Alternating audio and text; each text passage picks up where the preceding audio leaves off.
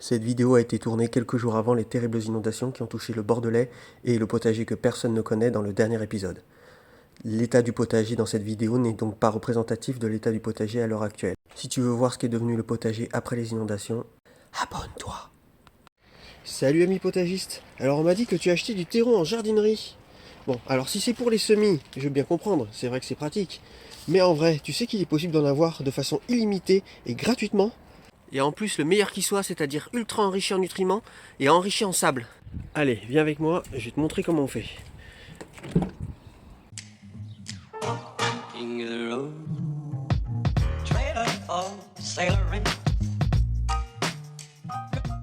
Tout d'abord, tu vas sur le site Le Bon Coin.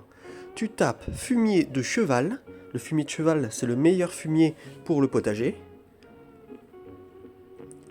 Et après, tu regardes, tu vas voir qu'il y a plein d'offres où des gens donnent du fumier. Il y a des tonnes d'offres et juste à côté de chez toi. Et là, tu vas me dire, mais moi j'habite pas à la campagne, moi j'habite en ville, il n'y a pas de fumier à côté de chez moi.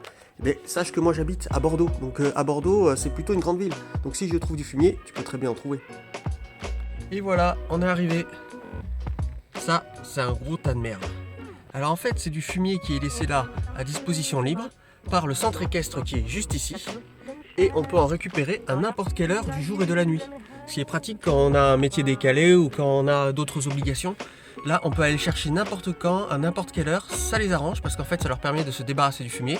Et ça arrange aussi nous, les potagistes, pour pouvoir faire le plein de fumier. Alors, le fumier, ça ne se récolte pas n'importe comment. Là, on peut voir que là, il y a des excréments et là, tout en haut, il y a de la paille. Alors en fait, je t'explique. Le meilleur endroit pour récupérer le fumier, c'est à la base, là, en le prenant en dessous. C'est là où il a le plus composté et où les nutriments sont le plus concentrés. Là, sur le dessus, en fait, la pluie et les intempéries ont lessivé ce fumier. Et donc du coup, sur le dessus, c'est là où il y a le moins d'éléments nutritifs pour les plantes.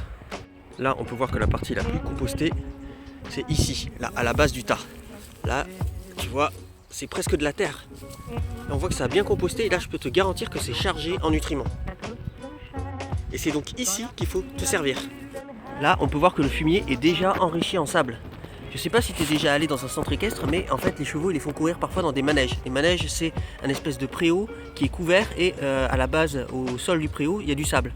Et du coup, ce sable, on le trouve directement dans le fumier, donc pas besoin de rajouter du sable et ça permet d'améliorer tes bandes de culture, surtout si elles sont argileuses. Franchement, c'est le top du top. Voilà, j'ai bien creusé dedans. Je sais pas si tu arrives à voir comment ça fume là. Là, ça fume beaucoup. Bon, on voit pas trop à la caméra, mais en tout cas, voilà, il y a pas mal de fumée. Et là, je peux te garantir que c'est tellement chaud que c'est limite brûlant.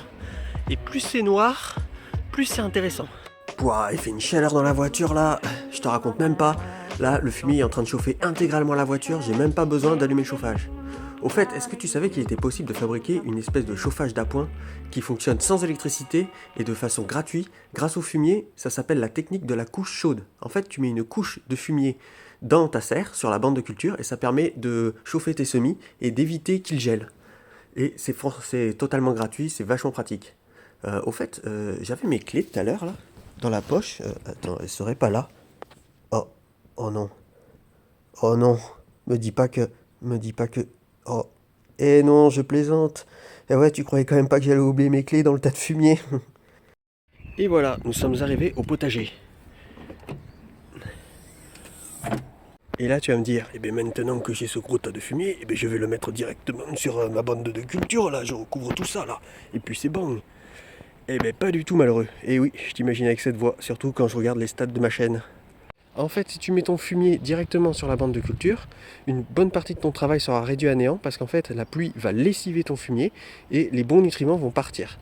Je te l'explique d'ailleurs dans ma dernière vidéo du potager, la première vidéo de 2024, où je t'explique comment fonctionne le lessivage et comment j'ai réussi à trouver une astuce pour le limiter. Ton fumier, en fait, il va être lessivé et du coup, tous les bons nutriments vont partir sur les côtés, vont partir si ton terrain est en pente dans le sens de la pente. C'est vraiment totalement inutile. Sauf si tu t'y prends en avance et que tu mets ton fumier d'abord et après tu mets une bonne couche de paillage. Là, ça peut limiter les dégâts. Ou sinon, tu peux mettre une bâche par-dessus pour protéger. Mais sinon, que dans ces rares cas, tu ne mets pas ton fumier directement sur ta bande de culture à nu, quoi. En plus, je te rappelle qu'on est sur une vidéo où je t'explique comment avoir du terreau gratuitement. Donc voilà, ton fumier, tu vas en faire un gros tas comme ça. Voilà, un gros tas de fumier. T'évites de faire comme moi et de le mettre un peu trop près de la maison, parce que ça risque d'attirer les mouches. Et surtout, tu le mets pas trop près de la maison des voisins, parce que pour éviter qu'ils soient dérangés par l'odeur. Alors, ce que tu vas faire, c'est que tu vas couvrir ton tas de fumier. Tu vas le couvrir avec une bâche. Là, moi, j'utilise une de mes bâches, c'est un géotextile. L'eau passe au travers quand il pleut, pas beaucoup, ça limite énormément les dégâts, et du coup, ça permet de mouiller le compost. Si tu utilises une bâche en plastique qui est imperméable, là tu verseras de temps en temps, quand tu y penseras, un arrosoir sur ton fumier et pour accélérer la dégradation et pour accélérer le compostage. Une autre utilité, c'est que ça évite de afficher un gros tas de fumier devant tes voisins. Maintenant, tu n'as plus qu'à attendre 2 à 3 mois. Ça dépend des conditions climatiques ou ça dépend des micro-organismes qu'il y a dans ton sol. Mais au bout de 3 mois, normalement, ça devrait être bon. Après, une fois que tu as ton fumier décomposé, tu le mélangeras à la terre de ton jardin, tu mets 50-50 et ainsi tu auras un excellent terreau pour pouvoir mettre dans ton potager. Un terreau qui sera enrichi, qui sera allégé, qui aura aussi du sable, donc tout ce qu'il faut pour avoir le meilleur terreau possible. Et du coup, pas besoin d'aller au supermarché pour en acheter, quoi. Voilà, n'hésite pas à t'abonner si tu veux d'autres astuces pour faire énormément d'économies au potager. J'espère que cette vidéo t'a plu. Si elle t'a plu, n'oublie pas de laisser un like. Et je te dis à la prochaine. Allez, ciao!